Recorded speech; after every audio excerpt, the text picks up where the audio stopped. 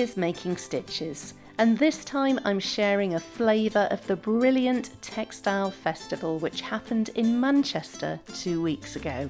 With it being the first one, we didn't really know what to expect, so the Saturday was just a phenomenal turnout. We had a queue for 2 hours for people trying to get in, which was just amazing.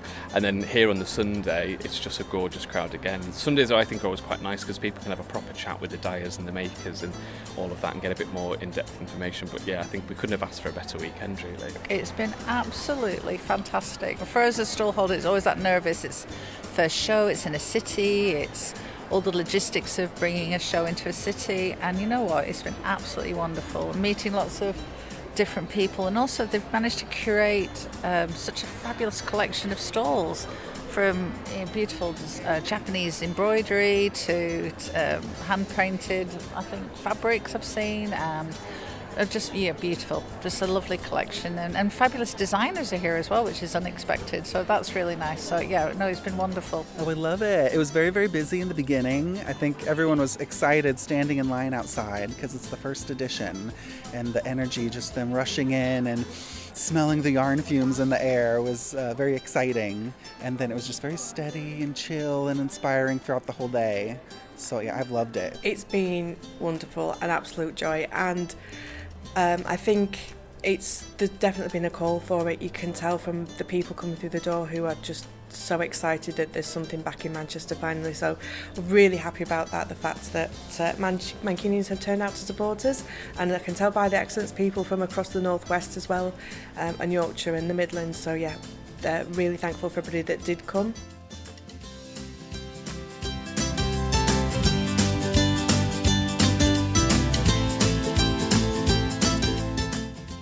Hello and welcome to Making Stitches. I'm Lindsay. I've loved being creative and making things for as long as I can remember. I also used to work as a journalist and found a passion for hearing people's stories. Now, Making Stitches allows me to speak to creative people about their passions and share them with you. Last year on the podcast, I spoke to Michelle Greaves about her plans to bring a brand new textile festival to my hometown of Manchester. I was thrilled to hear this event would be happening so close to where I live, and after a wait of a few months, the big weekend arrived, and I was honoured to be invited to host the festival's Textile Talks stage. From 10, 9, 8, 7, 6, 5, 4, 3, 2, 1, When I arrived at the beginning of day one, there was a huge queue outside, basking in the spring sunshine, waiting to be allowed in to explore the many beautiful stalls showcasing yarn and textile crafts, notions and equipment, demonstrations and all sorts of creative things. There was a special breakout area called the Hive where people were free to take a moment or longer to sit and work on a project or join like-minded people for a chat and peruse each other's purchases. There was a programme of creative workshops covering a wide range of crafts and techniques, and of course there was the Textile Talks stage, my home for the weekend. First up on the stage was Sophia Gardner, an artist who specialises in creating textile art portraits of strong and influential women through the ages, using applique and embroidery. And I'd been having this kind of project just floating around in my head that was basically doing embroidered portraits of kind of like femme fatale style characters. And but then the more I did, the more and more it expanded, and it became like it was almost like inspired a bit by Judy Chicago's Dinner Party, just all of these iconic women of history and literature, and they just kept like more and more were being invited to the party, more and more, and it became like very overcrowded. So I've still not finished it. It's been going since 2019 when I first. I'm with Sophia Gardner. You delivered the first ever talk at the first ever Textile Festival yesterday. How was it for you? Well, now that you put it like that, yes, it was a great honour indeed. Yeah, it was nice to welcome everybody to, the festival, and to meet people, and people were really interested in what I had to say, which was very encouraging, and it was quite an honour. Yeah. Fantastic. Do you want to just talk me through very briefly a little bit about your work for anybody who's listening? Yeah, so I mostly work with textiles. I think that's like my chief medium. It's not my only one, but it's the one that I work with the most. I think for me, it's the most accessible medium, as well as being, ingrained in my Mancunian DNA. But it's like I find that art is difficult to do if you don't have a lot of space or time. I have a day job, I have a very small flat, I can't afford a studio, so textiles for me is much more accessible in that it's work that you can roll up, it's work that you can pack away. I mean, obviously sometimes there's a lot of things, but it is way more accessible than doing sculpture or big canvases, stuff like that. And and it was something that was accessible to me because I had the fabric, and I've been sewing since I was a very small child. And I'm sure some people can relate to, that first time when your grandma opens the biscuit tin and it's full of all the buttons and thread, and you're like, oh, teach me how to sew. And then you get taught just how to do like a running stitch. And but now I've far surpassed my grandma. It was also her friend May who taught me how to use a sewing machine for the first time. And what I do these days is mostly embroidery, but I'm also interested in like applique, costuming, and I've also taken up bleach painting as well. Wow. I've not heard of bleach painting before. Tell me more. Well, this piece I've got here, it's called The Strawberry Wife, and it was basically inspired by, like medieval depictions in the illuminations of, especially mandrake plants, where they kind of make them into humanoid figures. So I did the same with a strawberry plant. So it was kind of like mimicking that style. And I just basically, I didn't know bleach painting was an official thing. I thought I was dead clever coming up with this idea to paint bleach on things. And then it turns out everyone's been doing it for ages. And I was like, God damn it. So, people can do wonderful things with it. I'm just, starting out experimenting. But, so it's kind of like a reverse dye, if you will. Absolutely. And tell me a bit about your work. It focuses on women. Yes. What happened was that in 2019, I was going through a bit of a depression, and a friend of mine encouraged me to just start this project. It didn't matter if it was successful or not. And originally it was taking the idea of a femme fatale character and creating like these little embroidered portraits. My very first one was on a little tea towel. I mean, like when I look at the pictures of that, it's like, gosh, talk about embarrassing baby pictures. But and originally I was like painting in the skin tone, but I don't know, it just felt too much like cheating. So I ended up sewing in all of the skin, which is my least favourite part of the portraits. I mean, they're not very big, but they do take a long time.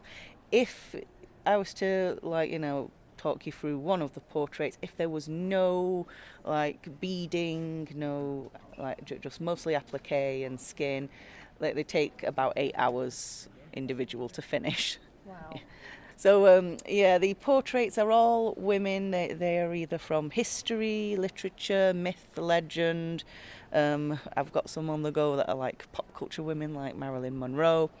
And basically they're all women that are, maybe a bit controversial, have caused a stir, done something heroic, contributed in some way. Next up, the Textile Talks stage area was transformed. It was filled with an audience, many of which were wearing beautiful, brightly coloured shawls. Hello everybody and welcome to Manchester.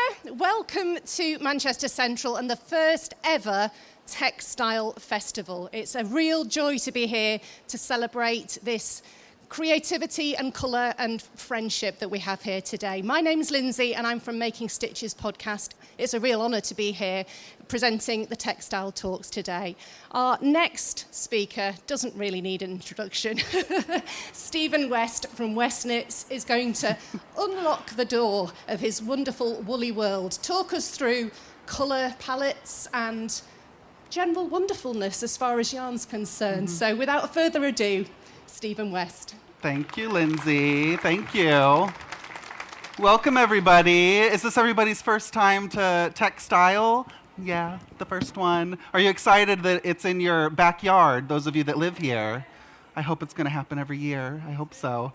So it's not my first time to Manchester. I've been here a couple other times, but I love it. It's very spacious, down to earth, friendly, colorful. So we'll get some inspiration from some knitted shawls, sweater ideas.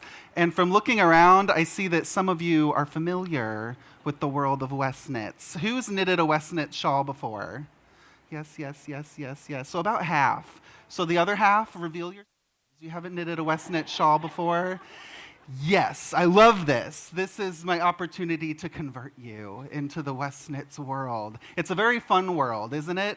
You two in the corner with your neon shawls. Yeah, it's going to change your life. I've been knitting shawls and designing knitting patterns for about 16 years now.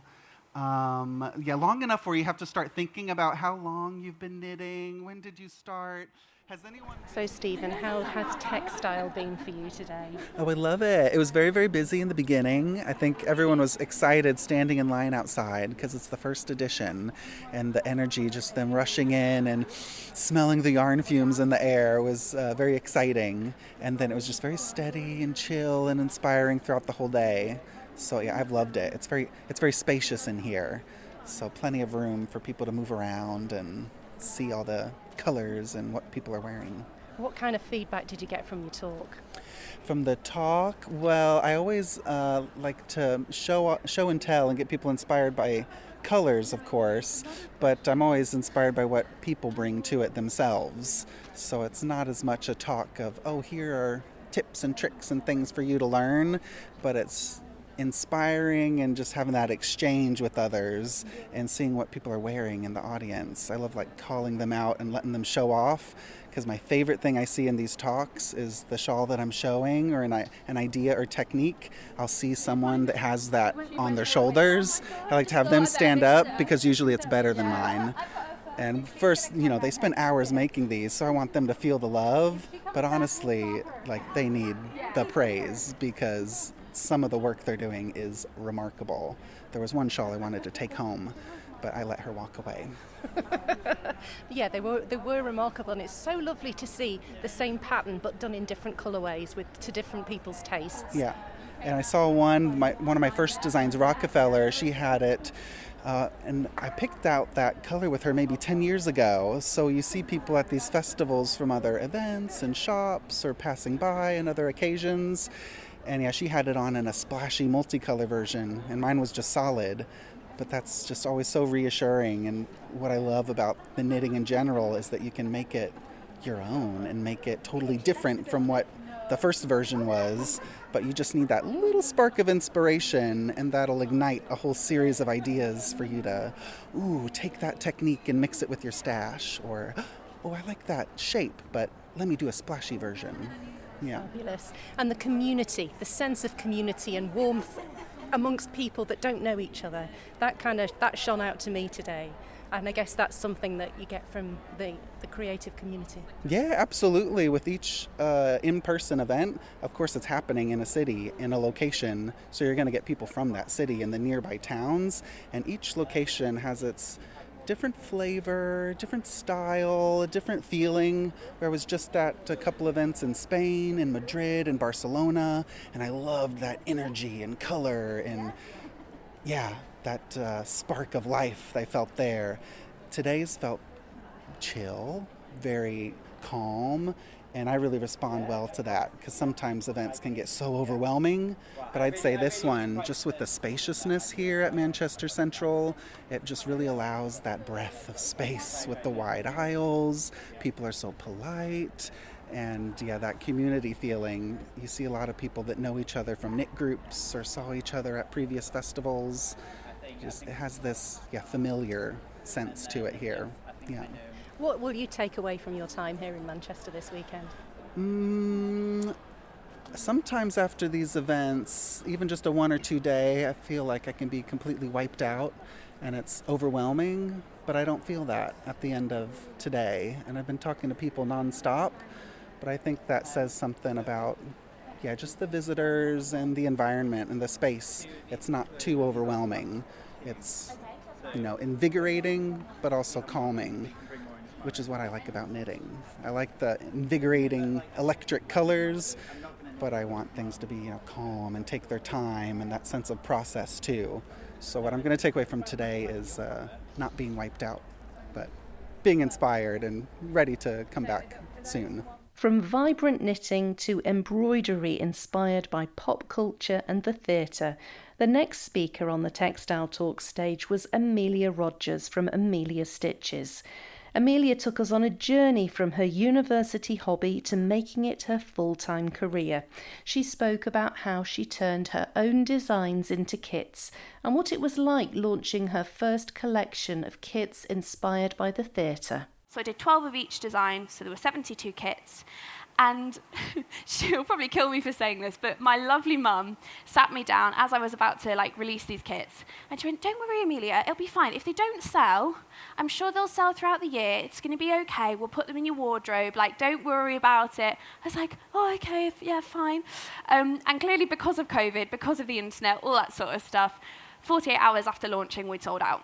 And to me, that felt incredible. Looking back on that day, me and my parents sat at the kitchen table literally shell shocked because we just hadn't expected it at all. And from that point, I sort of haven't really slept, I'm going to be honest, and that was 5 years ago. I basically kept going. I kept creating new kits. I started to take inspiration from different things. I started to develop my own 3D hair techniques. So I started to experiment with different types of thread, how you cure the thread to make the curls hold, all that sort of stuff. And I also got my first opportunity to write for a magazine, which again felt massive to me. I am so overwhelmed with how incredible this weekend has been. Genuinely, with it being the first event, I had no expectations, but they have surpassed anything I could have imagined. I am so excited. I've got a workshop in just under an hour, which I've just found out they want to see if I can add more places to, which is really exciting. The talk yesterday, even though it was absolutely terrifying, I really, really enjoyed it and felt so proud of myself afterwards, and everyone was so lovely, and business-wise, it's been a fantastic weekend, so I have loved it. I cannot wait to be back again next year. That's fantastic. What kind of feedback have you had from people visiting your stand? It's been so lovely to hear that people are really excited about slightly more modern designs. I have so much respect for the traditional embroidery that we've seen in the past, but I'm a girlie who loves Taylor Swift. I'm a girl who loves Harry Styles. I'm a girl who loves literature and theatre and all those kinds of things. And so I love combining things I already love with a craft that I really enjoy as well. So it's been really, really nice, especially from sort of younger people too, to hear their enthusiasm and I guess their sort of wish to learn, which is really exciting. So I've loved it. Fabulous. Has this weekend inspired you for any future patterns, perhaps? Absolutely. You wouldn't believe the amount of things where people go, "Have you ever thought about this? Have you ever thought about that?" And I'm definitely sort of being careered towards an F1 collection, which God knows how that's going to happen. And I do not think I ever thought I would be saying that. But there's so many bits and pieces that people would like, and so many ideas that I've now got, and I'm just so excited to get cracking when I get home. That's fantastic. Thanks so much, Amelia. Enjoy the rest of your time. Thank you so much for having me. Next up was Gareth from Manchester Wool and Yarn, which was the Textile Festival's main sponsor. So yes, my name is Gareth and I'm the owner of Manchester Wool and Yarn. We are an independent local yarn shop based in Stockport, and we've just celebrated our second birthday last month, which is very, very exciting. But why am I here? I'm here to chat to you about the highs, the lows, and all the trials and tribulations that go along with owning a yarn shop. Has anyone ever thought about owning a yarn shop before? Perfect. I might change your opinion on this by the end. Hopefully for a good reason. You might be like, yeah, I'm definitely going to do this. So when people hear that I own a yarn shop, I hear the same things over and over and over again. Oh, it must be so nice to just be able to sit and knit and crochet all day and drink cups of tea and chat about fibre and do all those fun things. So, Gareth, It's been quite a weekend, hasn't it? Absolutely. I think with it being the first one, we didn't really know what to expect. So the Saturday was just a phenomenal turnout. We had a queue for 2 hours for people trying to get in, which was just amazing. And then here on the Sunday, it's just a gorgeous crowd again. The Sundays, I think, are always quite nice because people can have a proper chat with the dyers and the makers and all of that and get a bit more in-depth information. But yeah, I think we couldn't have asked for a better weekend, really. Yeah, and the sunshine came out for us yesterday, which was just so uplifting. And today, we're a little bit more like Manchester weather, but I think that means that it's quite nice to come indoors and talk about creative things, isn't it, when it's a bit wet? Absolutely, yeah. I think it's nice that we've got lots of cosy areas, which not all yarn shows and fibre shows have. So we've got a lot of dropout zones where people can go and sit and get cosy and have a brew and just have a minute, really, which is quite nice. But yeah, typical Manchester weather, really, isn't it? Sadly, yes. What kind of feedback have you had from people? Firstly, just that this has been a long time coming. Everyone has always been saying that Manchester needs a fibre show, and obviously with the rich history of fibre and textiles that Manchester has, it just felt silly that it didn't exist. So thankfully the amazing organisers have finally made that happen, and hopefully it'll be something that will continue going on forever. The other thing is that it's such a mix. Everyone's so happy because obviously the people that are the organisers traditionally do yarn shows. Now it's been amazing to see other textile arts here, whether it's embroidery or quilting or spinning, dyeing, all of that fun stuff. It's a really nice mix. And what are you going to take away from this weekend? Ooh, a lot of yarn. Maybe one too many skeins. But I'm quite proud of what's come to fruition, really. And yeah, all the hard work's kind of paid off, and hopefully lots of people have found out about us and lots of other amazing indies that are about, because the north is scattered with amazing textile people, and it's nice that we all get to come together and shout about each other, really, and it's just a great community. The final talk on Saturday was given by Debbie Monroe from the Lace Knittery. Debbie's talk was geared around demystifying lace knitting, something she's well qualified to talk about, seeing as she knitted her first lace shawl at the tender age of 14. And all you do is, I need to get up on stage almost, don't I? On stage here, and face this way. Can you see what I'm doing? Everybody? You bring the yarn over the needle from back to front. Yeah? So you have a loop here. Debbie closed the Textile Talks stage on Saturday with lace knitting and opened it on Sunday morning with a drop spindle demonstration, which was fascinating. Debbie, you've just done your second talk of the Textile Festival. It's been absolutely fantastic. Thank you. I've really enjoyed it. But I love talking to people and using people and, give it a go. Well, you certainly made it look very simple. I wonder whether it is as simple as that if I was to pick one up. It is really simple because I struggled with a drop spindle just doing it continuously, and like I said, I did stand at the top of the stairs and had this brilliant idea that I know if I do that then I can get a great big long thing, and it went all the way down the stairs like a slinky. Oh dear me, yes, well, there we go. You weren't doing that today then. No. Obviously you got to grips with it and you were able to make it look so much more accessible. And as for the lace knitting, demystifying lace knitting yesterday, that was absolutely fascinating. I had no idea when I had knots in a mohair cardigan that I was making that I didn't need to bin it. I just needed to put it into the freezer. Put that bad boy in the freezer, let it think on what it's done, and then come back at a later date. I shall do that if I ever am tempted down that route again. But how's the weekend been for you generally? It's been absolutely brilliant. It's the first time we've ever been to Manchester. What a lovely place! The building is lovely, the people are lovely. It's been an amazing, amazing weekend. Oh, I'm so glad you've loved it because it's my hometown and I'm very proud of it. You should be. You really should be. It's lovely. So what kind of feedback have you had from people who've come to see you on your stand? Right, feedback from the talks was it was like a stand-up. I can get that, yes. So I will be available.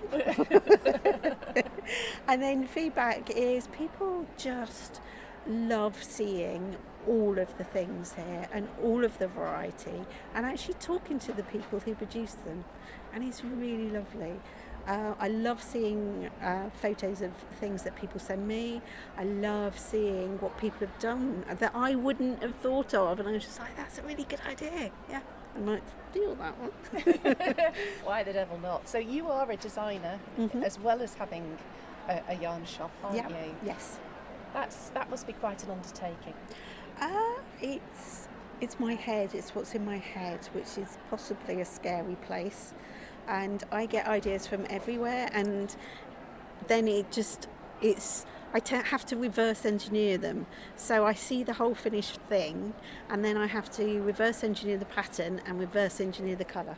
The Textile Talks stage was brought to a close on this first weekend by Jane Smith, who was sharing some of the history and techniques behind traditional Japanese embroidery. That is one of the things that is slightly different, which is different to Western embroidery, is the thread we use. So leaving aside the design, which is obviously not a Western design, the flat silk is what makes it special. The other thing we do, and I haven't brought them with me because you won't be able to see them, are our needles. And we use handmade needles, which are made in the same way that swords and knives are made in Japan. So they have a very, very sharp, tapered edge, like a sword will, and they're about 1 inch long, and the eye end is flat and has a round needle hole, whereas Western needles all have that long, thin hole, don't they? These have got a round hole. And the reason for that is when you pull your flat thread through the silk, the round hole allows it to spread out, and then you can make it nice, lying flat, and you get your lovely shiny silk. Because if it's all squished up together, it doesn't shine as much. Jane, that was an absolutely amazing talk you've just given on Japanese embroidery. Thank you very much. I'm blown away because you've got a picture in your hand here. It's of harebells, and it's just 2 different shades of silk you've used, yet yes, it looks so much more. Yes, and that's to do with the how the silk is made up. So as it comes off the cocoon, it's triangular in shape, and because our thread's got no twist in it, those triangles, the light catches the different sides of the triangles and they're all lined up and gives you the different colours. So depending on the angle and how the light is shining, it changes colour. And it's one of the things I love about it. It's just remarkable. Yes. But your skill and the years that you've dedicated to this craft, it's truly amazing. Thank you. Yes, my tutor describes it as the silk getting into your blood, and it absolutely has, and it got in that first week, and it's never gone away. I don't think it ever will now. I think my fate is pretty much sealed after 22 years, isn't it? I think it might be safe to say that, yes. How has Textile Festival been for you? It's been really, really good. It's been really good. We've had lots and lots of interest, and even people who are not embroiderers or are not interested, they've really appreciated seeing the work, because there are very few people doing traditional Japanese embroidery in the UK. Perhaps 100, maybe a few more in the whole of the UK, so that's really a very niche market. So the majority of people have never seen this before, so it's been wonderful. Well, you're certainly evangelising about it, and you may well have won some new converts while you've been here. Well, I hope so. It's always lovely to get new students and to see them just, enjoy the class. And they do. You can really tell that they're really loving it, and that's one of the things, again, that I really like. But of course, there was so much more to see and enjoy at the Textile Festival last weekend. I went for a wander around all the stalls, doing my very best not to buy too much yarn. My name's Laylee Cleesby, and the business we have is Emily Folds. we started about 15 years ago, and we felt there was a gap on the market of bringing sort of British wools to the general public. So we, our first ever supplier was Shillersdale from the Isle of Skye, and we begged them to trust us with their yarn, and we went to Woolfest, which is in Cumbria, and that was our first ever yarn show. And because we all had proper jobs and normal jobs, it was going to be a little hobby, and we were just going to do Woolfest once a year, taking Shillersdale, and that was it. Well, it kind of snowballed and has now ended up being an online business, a local yarn shop. We come to shows. We also dabble and make our own sort of hand-dyed yarns and kits. And we can't imagine doing anything else now. So all of us have either retired or given up our normal jobs and are just doing this. That sounds like bliss. It is. It is lovely. It's really...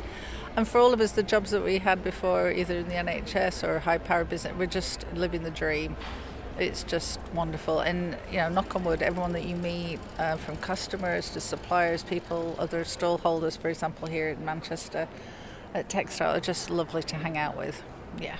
That's fantastic. And what have you brought here today? What products have you got? So we have brought with us, we have one wool which we decided was the wool of fluff. So it's 4 different types of mohairs we've got, from Blue Sky Fibres, which are based in the US. They're beautiful brushed Surrey alpaca, which is heavenly. We have the Malabrigo hand-dyed mohairs. We have the fabulous Isa silk mohair.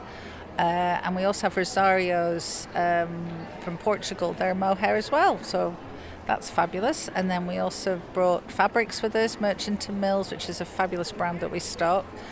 Beautiful fabrics of theirs, lots of summer ones as well, because if you're going to get your summer dress done in time, you need to start now.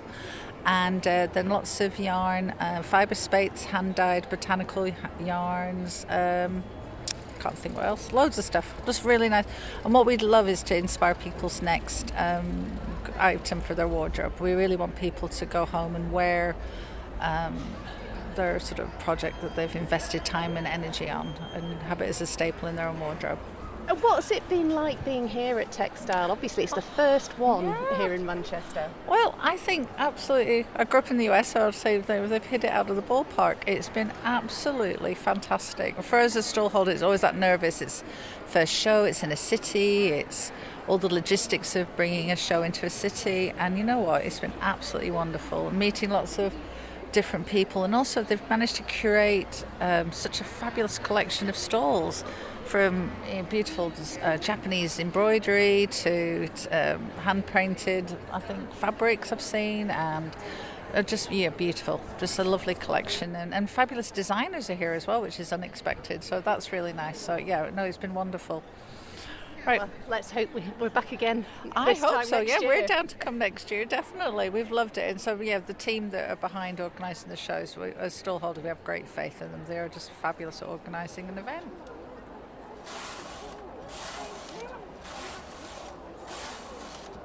My name's Victoria Salmon.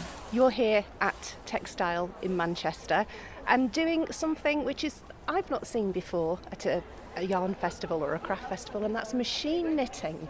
And yesterday when I came past your stand, there were queues of kids wanting to have a go on the machine. How's it been for you? It's been super busy, and I'm the only machine knitter here, so the interest in the knitting machine has been absolutely incredible. It's been something that has blown my mind. The amount of people who have been coming up to the stall talking about a knitting machine that they got given, or they found one in their mum or grandma's attic, and they didn't know what to do with, and they're trying to then figure out how to use or how to get it up and running. So the interest in the machine knitting has been great. It's been fabulous to see everyone's interest in it. That's wonderful, and the work that you've got on display is really beautiful. Do you want to talk me through what you've got on your stand, including these amazing textured bags? Sure. So my background within machine knitting is to kind of create three-dimensional and playful knitted items, kind of taking it away from that stereotypical knit. So I use a huge amount of colour. I create 3D, so kind of knitted origami shapes. I create knitted cranes, like that origami crane that you make with a bird. I work with typical origami folds to create bags, which has then got some colour play in them. So it's all just using the material from the knitting machine and some weird and wonderful materials as well to create these three-dimensional but also useful items. So I've got some bags going, some tote bags. I've also then got some really ridiculously bright and colourful jumpers up for sale as well. And it's just having a bit of fun with it. And I've also got a book which I'm selling as well, which is Structural Stitches, which was published in October, and that just explores machine knitting and also three-dimensional techniques as well, so kind of blending the two together to really encourage people who do know how to use the machine to explore the machine a bit more and to kind of create those really fun techniques. That's fantastic. Well, I hope you have a wonderful day. You're off now to run a workshop. I am, yes. Well, good luck with that. Thank you very much. Have a fantastic time. Thank you. My name's Tricia Basham. I'm lucky enough, I think it's lucky enough, to be the membership secretary of the Knitting and Crochet Guild. And delighted to be here in Manchester, out of the rain. Yes, well, we're undercover, thank goodness. It's so nice to see you and your members here today, and the display of the amazing work that you've got that's been made. Yeah, all the textile items that are on show have been made by members of the Yarn Addicts of Manchester, which is a branch of the Guild. We've got about 50 branches over the country. Sadly, not every place that everybody wants, so it involves a bit of travel sometimes. But the branches that are based in central towns like Leeds, Huddersfield, Manchester, lots of people can get in from the surrounding areas, so that's good.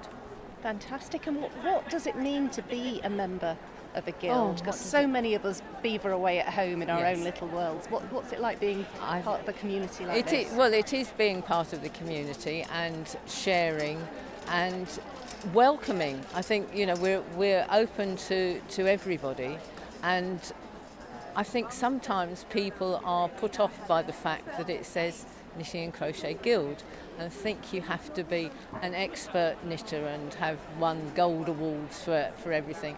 But we're really a welcoming community, even if you're starting knitting or have been a lifelong knitter and just starting crochet. We can, we're a broad church, as they say, and everybody can find a welcome here at Knitting and Crochet Guild. That's fabulous. And what are you actually doing here? Because I can see yarn swifts on the table. We do this at various shows.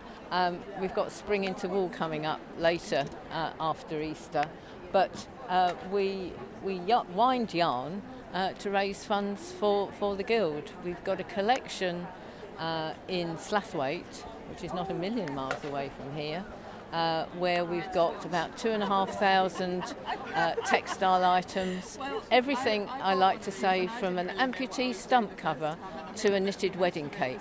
So the gamut of all things, so lace, stranded knitting, crochet, machine knitting, and some of the photos that are on display are some of our items that we've got in the collection. So yes, it all goes to keep everybody running, to produce our quarterly journal that it's all written by our members. So lots of things going on, and plenty of ways to join in, and I think it's often said that the more you put into something, the more you get out of it. So yeah. Got it in one. Yeah. Well, I hope you have an amazing day here today. Yes, and have a great time. I can see the Swift is in use already. Yeah, no. Whilst we've been speaking, there's a skein been loaded up. So no, we're ready to go, I think. I'm Elena Ruth from Manchester Tufting Workshops. Now, whenever I walked past your stand yesterday, briefly on a way past to grab a coffee, there was a queue of people waiting to have a go with your tufting gun, and you've this amazing rainbow-coloured rug that's slowly growing. Tell me about it. How was it yesterday? It was pretty crazy. As an introvert, it's sometimes quite difficult to be surrounded by a swarm of people. It's always so lovely to see the enthusiasm that people bring to events like this, because some people say they've never seen tufting before, some people have seen it and have always wanted to give it a go.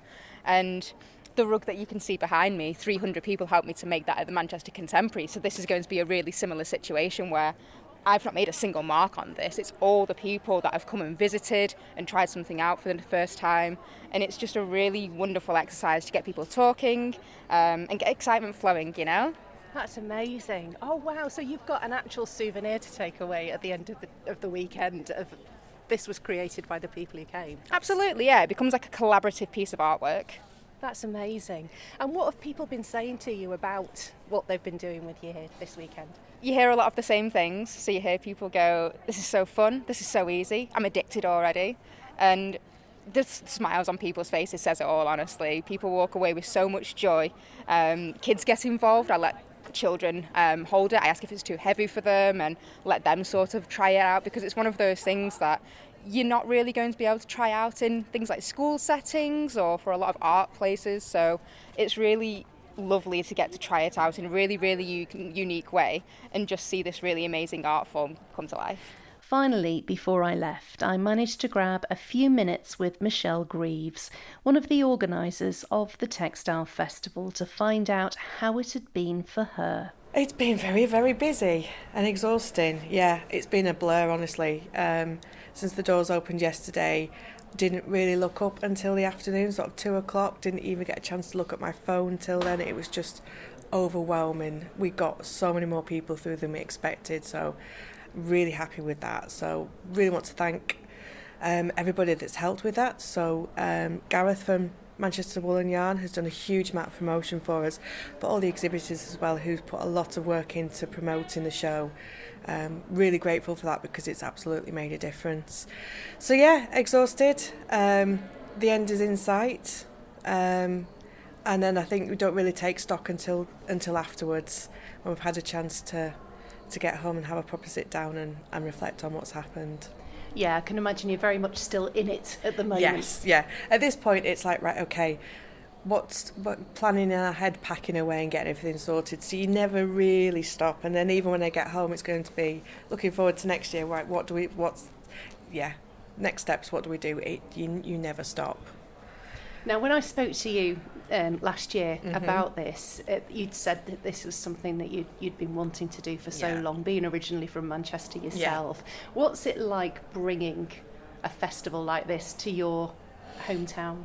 It's been wonderful, an absolute joy, and I think there's definitely been a call for it. You can tell from the people coming through the door who are just so excited that there's something back in Manchester finally. So we're really happy about that, the fact that Mancunians have turned out to support us, and I can tell by the accents people from across the northwest as well, and Yorkshire and the Midlands. So yeah, they're really thankful for everybody that did come. I hope they've all had a wonderful time. We've got plans for next year to make it bigger and better. So it's watch this space on that one when we get the date sorted. But yes, thank you everybody for their support. Well, that's the best news, that there's going to be a Textile Festival Mark II coming next year. Yes, possibly slightly later in spring. It all depends on what dates we can get with the venue. But yes, absolutely. It's the first year is always the trial run. Is it viable? Is it something that we want to make a permanent thing? But I think this year has proven that there's a desire for something like this in the Northwest, and we definitely want to be back next year. That's brilliant. I can't wait. Me neither. Well, Textile Festival 2026 was a fabulous event. Located in a central venue with easy access to public transport, there were lots of lovely stalls, brilliant workshops and entertaining talks. The best thing being that it's coming back again next year, so anyone who missed out this time will have the chance to experience it for themselves in the future. My thanks to Michelle and the Textile team for allowing me to host the Textile Talks stage. It was a wonderful experience. My thanks also go to everyone who spoke to me for this episode of Making Stitches. Sophia Gardner, Stephen West, Amelia Rogers from Amelia Stitches, Gareth from Manchester Wool and Yarn, Debbie Monroe from the Lace Knittery, Jane Smith, who spoke about the beautiful Japanese embroidery, Laylie Cleesby from Emily Folds, Victoria Salmon from Another Knitted Thing, Trisha Bashan from the Knitting and Crochet Guild, and Elena Ruth from the Manchester Tufting Workshops. That's all for this time. Thank you for listening. If you like what you heard, please follow Making Stitches podcast on social media and on your favourite podcast app so you don't miss the next episode when it comes out. And if you know someone who might enjoy listening to, please tell them about Making Stitches podcast. I'll be back again in 2 weeks' time with more creative chat for you. Until then, take care of yourself and enjoy your crafting.